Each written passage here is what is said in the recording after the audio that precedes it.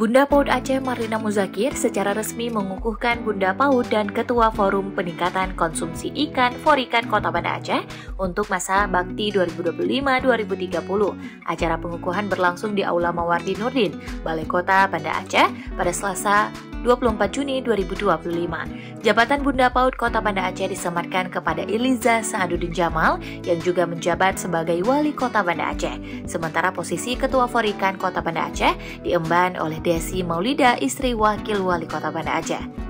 Dalam pesannya, Marlina Muzakir menyampaikan harapan agar pengukuhan ini bisa menjadi awal yang baik untuk terus mendorong kemajuan layanan pendidikan anak usia dini dan program peningkatan konsumsi ikan di Banda Aceh.